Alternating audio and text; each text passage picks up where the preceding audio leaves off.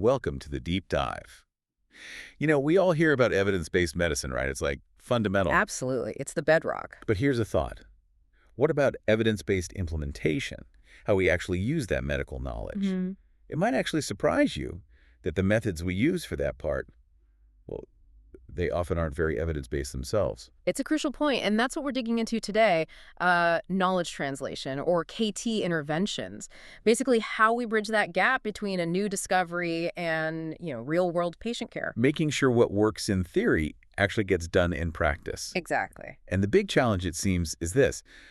Well, this real lack of solid information on which KT approaches actually work best and, importantly, when or where they work. Yeah, which means we often fall back on, let's say, common sense or just intuition instead of proven strategies. Which seems risky. I mean, think about the surgical safety checklist. Such a simple thing, Right. relatively speaking. But hugely impactful, reduce mortality significantly. Right. But how often do we apply that same level of rigorous evaluation to how we roll out changes like that? That's the core question. Without good evaluation, we're potentially wasting resources, time, and missing chances to learn. So our mission today is really to explore how we can evaluate these KT interventions properly. And looking at it from different angles, Mm, right? Because what a hospital manager needs might be different from what a researcher is looking for. precisely. Implementation research is complex stuff. You've got layers, patients, doctors, clinics, whole health systems. So many moving parts. And evaluation is key because, let's face it, some interventions just don't work or don't work everywhere. Good evaluation stops us from repeating mistakes and builds knowledge for everyone else. Right, and there are those two perspectives. Think about the manager on the ground. They need local knowledge. Does this specific program work right here, right now in my clinic? Exactly. So for them, it's about integrating simpler, maybe more feasible evaluation designs right into their everyday programs. Practical answers for their context. Okay, that makes sense. And the researchers, what's their angle? Researchers are generally aiming for generalizable knowledge. Will this intervention likely work in other similar settings? So broader applicability. Yes.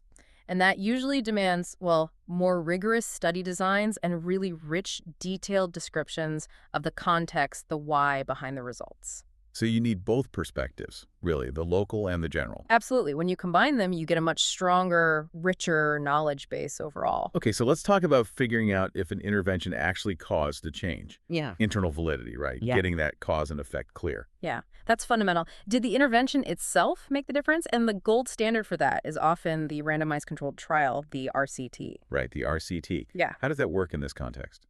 Well, randomization is key. You randomly assign individuals, or sometimes whole groups like clinics, that's called cluster randomization, to either get the intervention or continue with usual care. And that randomness helps balance things out. Exactly. It controls for lots of those known and unknown factors, biases, that could mess up your results. It makes it much more likely that any difference you see is actually because of the intervention. Is there an example of that in KT? Sure, the Champi trial in South Africa is a good one. They used cluster randomization, assigning groups of GPs. They found that educational outreach to those GPs significantly reduced asthma symptoms in the children they treated. Okay, powerful stuff. Yeah. But I imagine you can't always do an RCT. Sometimes it's just not practical or ethical, right? Absolutely. Randomization isn't always feasible. So we have other strong designs. One is the controlled before and after study, or CBA. Controlled before and after, how does that work? You compare a group getting the intervention to a similar group that isn't the control group, looking at measurements taken both before and after the intervention starts in the first group.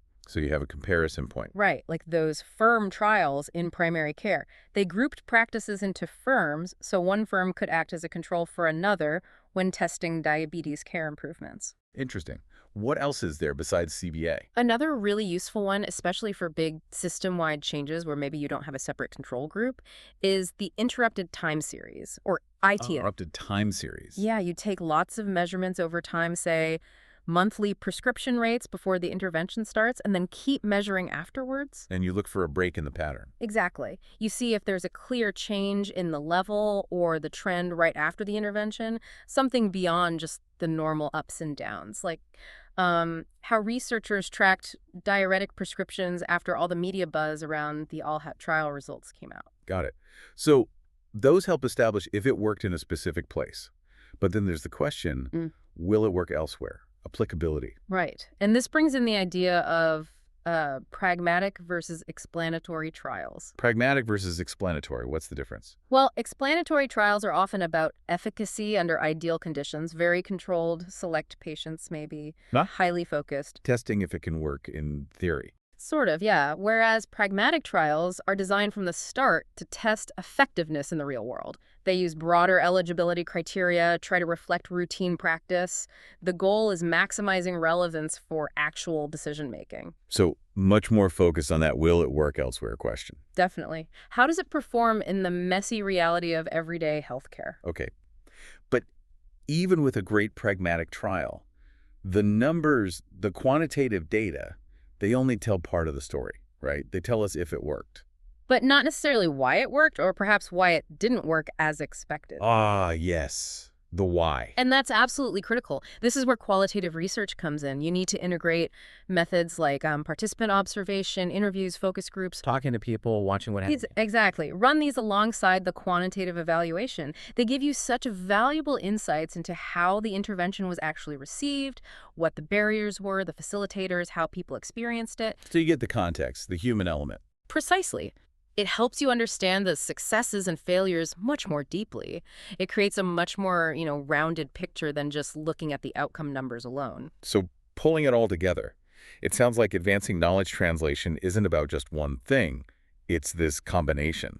It really is. You need that rigorous quantitative evaluation, whether it's managers doing simpler local checks or researchers doing big generalizable studies. Plus, you need those rich qualitative insights. The numbers and the narrative working together. That's the way forward, understanding both if it works and how and why it works in practice. So maybe a final thought for everyone listening. Considering this need for both the hard data and the deeper understanding. Yeah, think about it. What aspects of your own work or even your personal life could maybe benefit from that kind of combined approach? A bit more rigor, a bit more qualitative digging to really understand what's going on. Something to definitely mull over.